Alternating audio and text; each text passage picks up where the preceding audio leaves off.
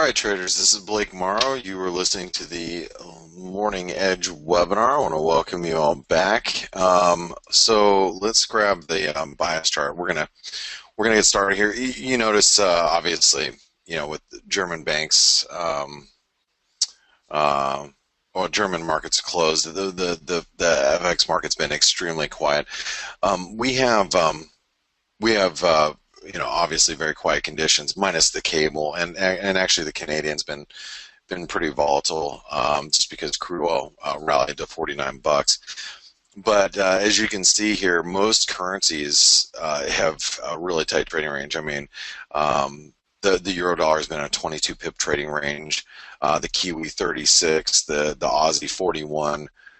Dollar yen 47 pips, the Swissy 37 pips. So it's been pretty darn quiet. The exceptions have been obviously the pound. That you got the pound dollar that's moved 100 pips, and then the Canadian that's moved about 70. So obviously a lot of volatility there, but the rest of the market's been pretty quiet. So what we're going to do is we're going to get prepared for today and see what's going on. All right, so the euro dollar. Let's go with the euro. And first and foremost, so here's the euro dollar, and it's very, very tight trading ranges. Like I said earlier to Paul, if we can get a rally to 112.50, I'd be a seller up there. I mean, this is our wedge, and we're near the wedge highs. We can probably just go like this, okay? And just imagine a rally from here, okay, from current levels. Maybe a move up to 112.60 would offer a nice selling opportunity, and we take this high to spike low here. And I mean, the 786 retracement is 112.52. Maybe a move up to 112.65, which would be the 88% retracement. So 112.65. Let's mark that up as resistance. Okay, and as frustrating as it is, we're still in a range, but we're trying to build a bearish wedge. So a move up to 112.65 would be a nice short, I think, if we can get up there. And support, that's hard to say. I mean, it really is, right? We can get rid of that, get rid of this. We can drag this down here.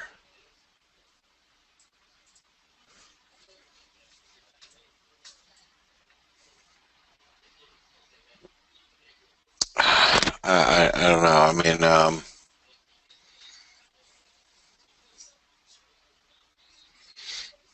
look how tight this range is. So even if we push below this little hourly support here, I mean, where are we going to go, right?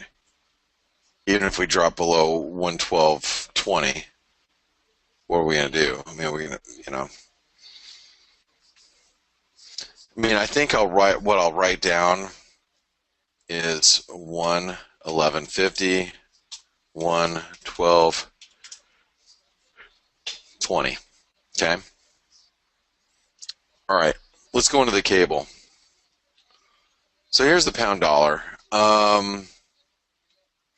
Pound's obviously extremely weak, and here, let me get rid of this. Let me get rid of this stuff.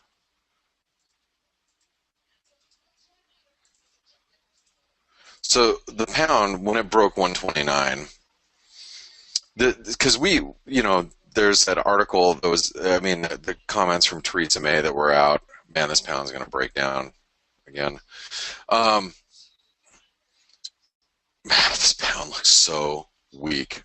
Holy cow. But the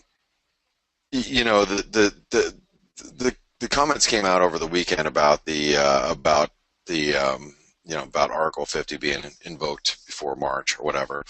We gapped down a little bit in the pound, didn't really look too bad, and then as Nick pointed out, and I'm assuming this is that was the issue, Nick said UK finance minister's comments about Brexit at London Open caused this sell-off below 129.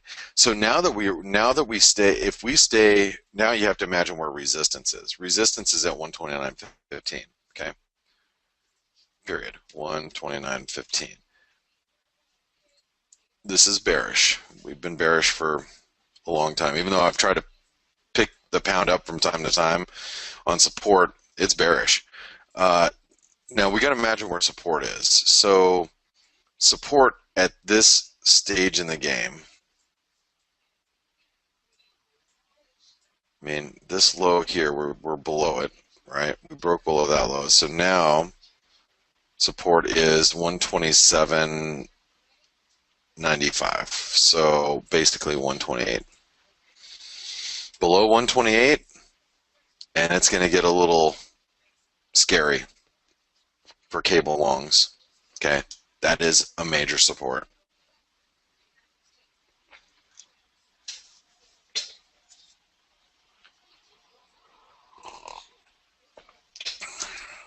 Okay, let's go over to the Swissy. So the Swissy is stuck in a range too. I do believe that that the Swiss National Bank is very active right now. Okay, that's what created this move on Friday. I don't think the Swiss National Bank is allowing the Swissy to go down at this stage in the game. You know, I'm tempted just to buy some and just stay in some while we're above 96.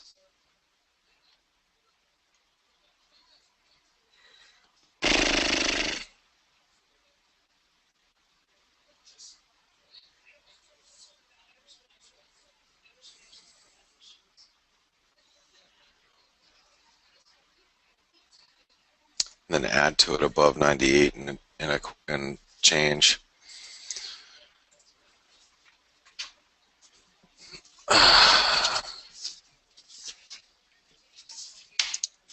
Sorry guys, let me okay.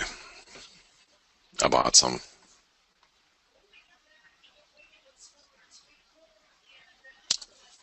I've been writing down everything over the last couple of months. It makes it easier for me to keep track of everything, like why, the whys I buy things, and just got in a small position. And the thing about the thing about like the Swissy is I really feel that we're gonna have a bullish breakout. It's just a matter of time, right? To me, it seems like just a matter of time. And so, but this is mid-range, and that's why I don't want to be too aggressive. But the thing is if it breaks above 98 and a quarter, I'll add to it. And if it gets below 96, I'll just sell it. And if I have to get out, then it's just a small position. But if it can break above 98 and change, and I add to it, then I'll have a nice cost average on the way up as it's breaking out. But still, if you look at the range that we're dealing with currently, we're still in the middle of this, what you can see here in yellow. Even if the Swiss National Bank is being active right now, they're still stopping up at 97.50, and then obviously 96.50 is support. Nothing's changed from our numbers from last week, right? So 96.50 is support. 97.50 is resistance, and we are in a range still. Okay. All right.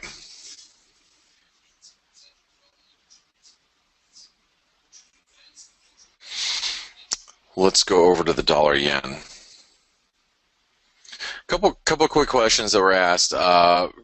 Kevin said, my trading view charts only go back to 1994. How do you get data before that? If you type in pound, watch, pound, US dollar, don't hit enter. You'll see that you have OANDA data, FXCM data, IDC data. The IDC data actually goes out a lot further. than 95. Okay.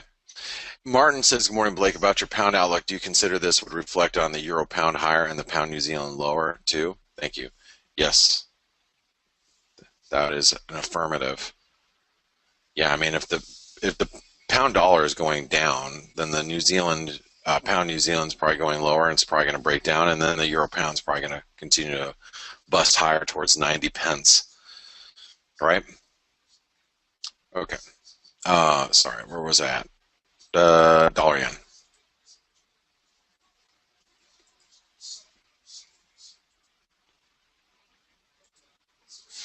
Okay, so here's the dollar yen, and this currency pair is one of those pairs that we've obviously been monitoring very closely. It is, in my opinion, within striking distance of really breaking out. Okay, and here, let's get rid of a few things. Let me get rid of this. Actually, I'll draw that back in, but I want to get rid of that. I want to get rid of this. I want to get rid of that. Get rid of that. Get rid of this. Let's get rid of that for now. We don't need that. Let's get rid of that. And let's take this, okay? And let's put it right here. All right, now, this dollar yen looks, in my opinion, like we're basing. Now, obviously, if we can stop here and turn lower below 100, that's going to be very bearish.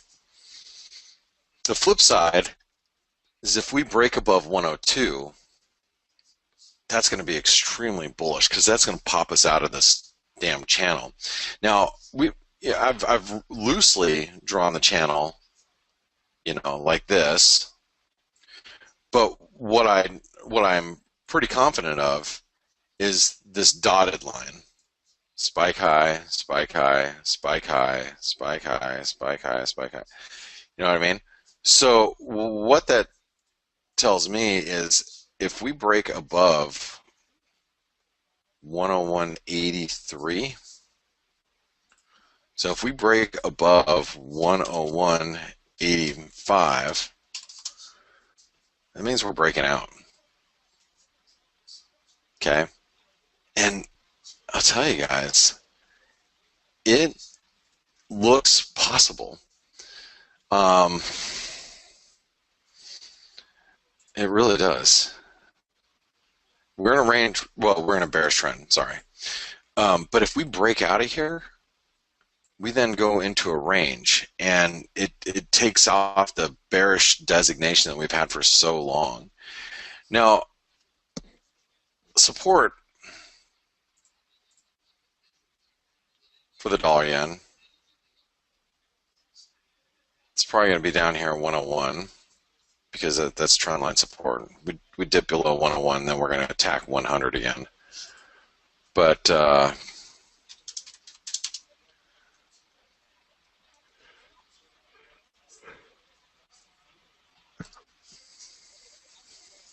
there you go.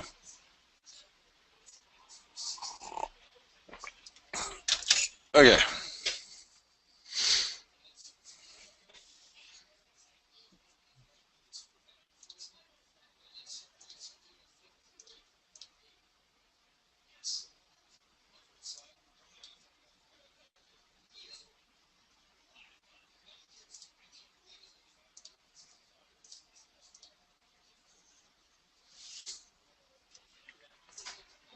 So I got some of my, excuse me really quick. Okay, so anyway, there's the dollar yen. Let's go take a look at the Canadian. So this Canadian, been pretty weak, but here I'm gonna delete these fibs. We can redraw these here in just a second. Okay, kind of clean up this chart a little bit. All right, so here we are on the Canadian. All right. Let's remove that. Let's remove this. Okay. Dollar Canadian was under pressure as crude was up against 49 bucks. Now, crude looking a little weaker, and the dollar Canadian was coming under some pressure. Just set up a nice little wick here, like a nice little reversal.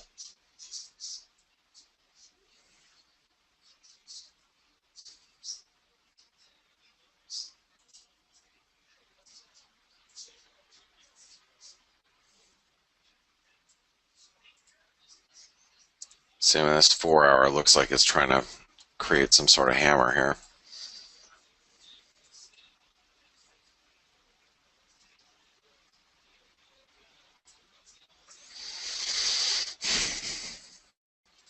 I'm going to note two areas for the Canadian. I'm really not too interested in trading the Canadian right at this moment, but 130.50, which would be that support right here, and that hourly resistance right there, which comes in at 131.35.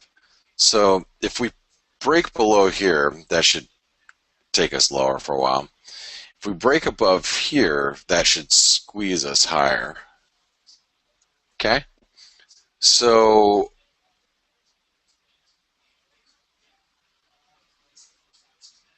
$130.50 is support. Resistance 1.3135. Okay, and we're in a range right now in the Canadian. All right, let's go take a look at the Kiwi.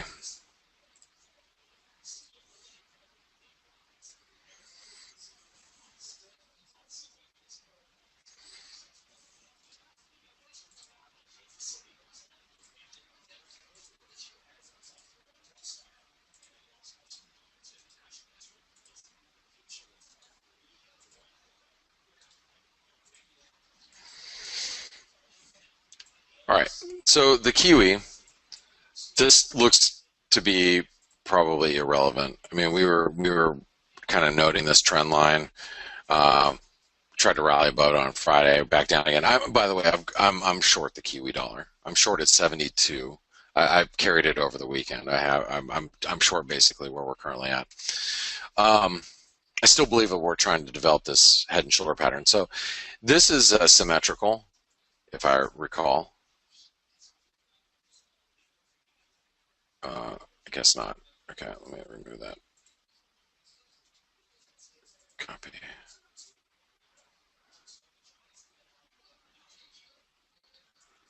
So that's symmetrical now. That means that we actually could still develop the shoulder for another, 24 hours or so. But I think this pretty much defines us between 73 cents and 72 cents. So just if we break through this support down here, try not to get too terribly bearish. You know what I'm saying? Know what I'm saying?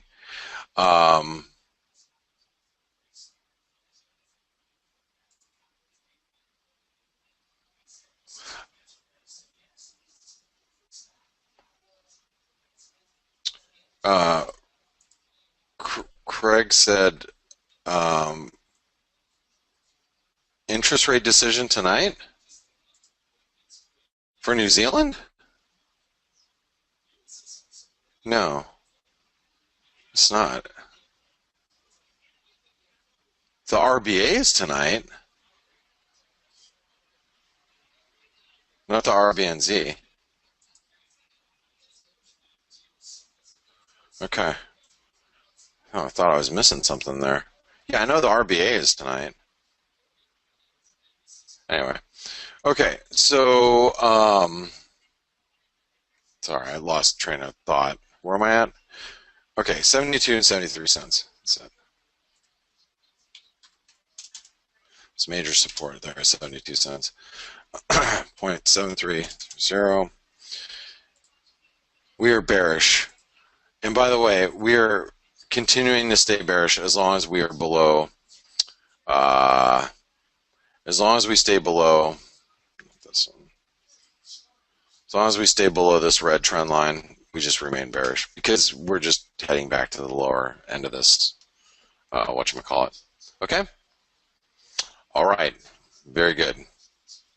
I'll be back in a few moments. You guys don't go anywhere. We will continue on with the Aussie, dollar index, peso, Swedish krona, Norwegian krona, all that fun stuff when we come back. Don't go anywhere. That's right, fat man, Batman. Alrighty, traders, this is Blake Morrow. You are listening to the Morning Edge webinar. I want to welcome you all back. So let's continue on with the Australian dollar. Now, the RBA is meeting tonight, and no one's expecting the RBA to no one's expecting the RBA to cut rates. But the question is, will the RBA, set expectations for a possible rate cut moving forward? And I think the risk here, the real risk, if you ask me, is that the Aussie dollar is so close to breaking out. I mean, that's the risk here. And I'm going to write down two numbers. If you guys here, let's clean this up a little bit too, just like we had to do with the Kiwi. Let's get rid of that. I'm going to keep that. Let's get rid of. Not that one. That one. Okay, let's get rid of this. Okay, so I think you guys can probably see here. So we have resistance that comes in at 77.10. That's one, all right? 77.10. And then after that, we have 77.50. 77.10, 0.7750, and then that's major, okay? So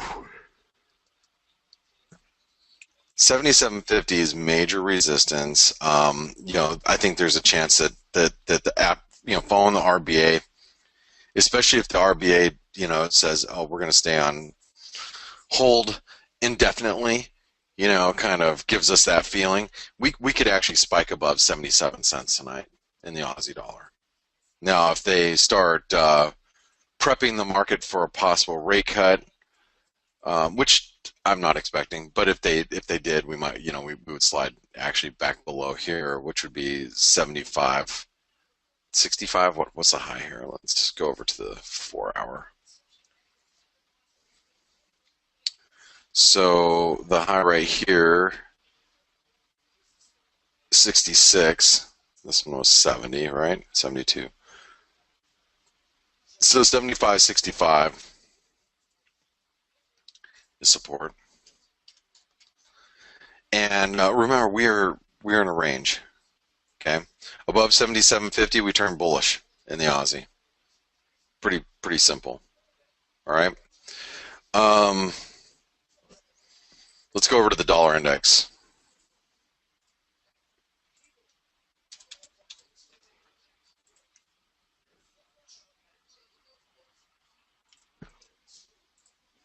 So here's your dollar index.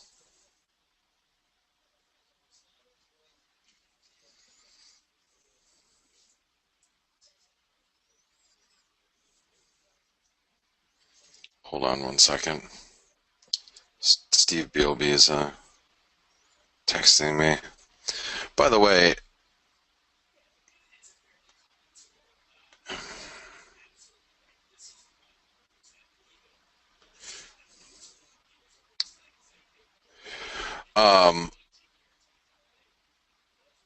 did anybody update to the new iOS operating system? It's horrible. I just do not like it. That's me, but it's horrible. The new Apple system, it's horrible. I did it over the weekend. I'm just not happy with it. All right, so 96 is resistance. Should be right here, right? And then support, I think, well,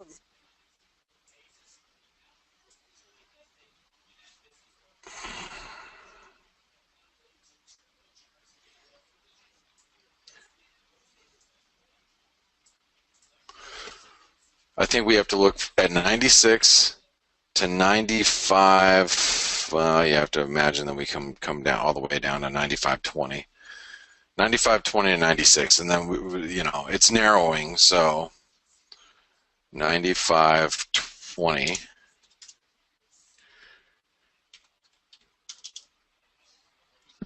96, and we are in a range.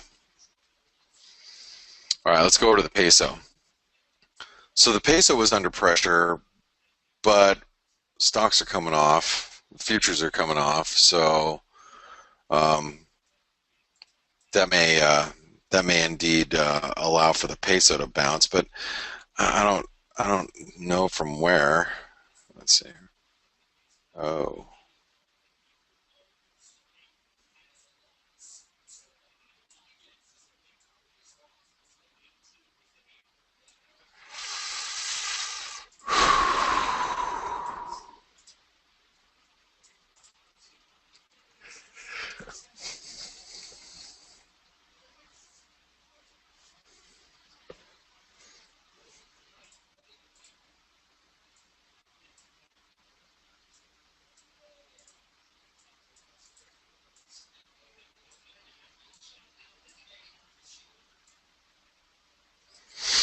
Okay.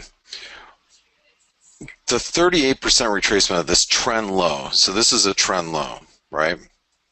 Right here. That 38% retracement comes in at 1915. And we still have this double top over here. But, as equity market futures are coming off, that's going to stop this decline, the current decline that we're seeing. But 1915 should offer support.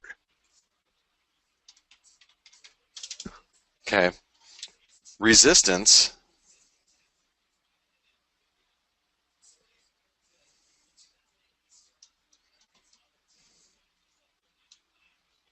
Trying to think where resistance is going to be on the way back up again. I mean, I'm assuming it'll be 1945 because it was such a big resistance on the way up before, right here. I mean, I could probably write down 1950.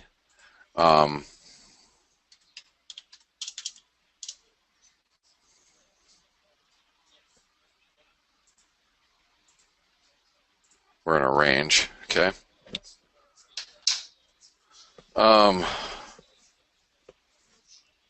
But the peso's not very clean to me right now. Like I don't look at it and go, God, because I'm worried that equities are near the range or near highs, so therefore that will keep a bid underneath the U.S. dollar, Mexican peso. Unless we complete this double top, I'd be more.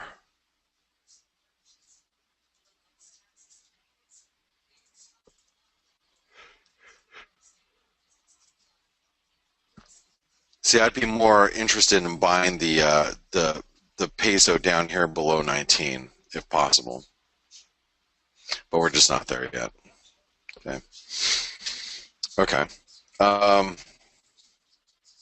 Where's the peso? Let's take a look at the Norwegian krona. Whoops.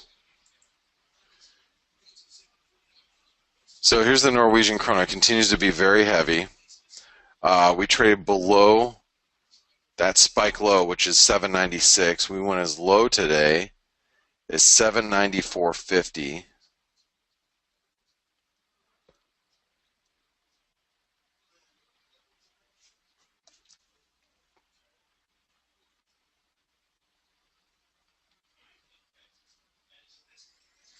So 794.50 we'll write down because that was the low from overnight. It's not a great support. It's just that's where we went. 94.40, 94.50. It doesn't really matter. Resistance at this point is going to be at 8. Actually,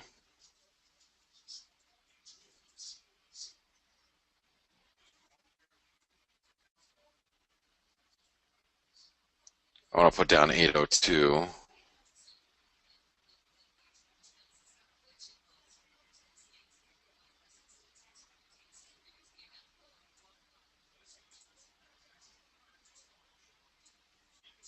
802 is here. 802 and 810. Because if we break past 802, then we will make it to, we'll rally to 810. Okay.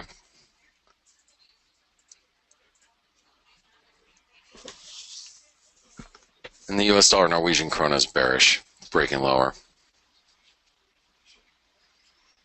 All right, let's go over to the Swedish krona.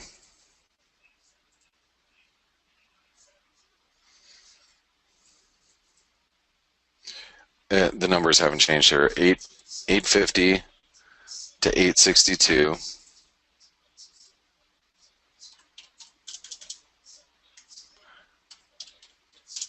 Okay. And we're in a range. All right, your bias chart's done. It's finished. And I gotta stretch. Okay. I need a sip of my coffee too. My God. So I stayed up late last night.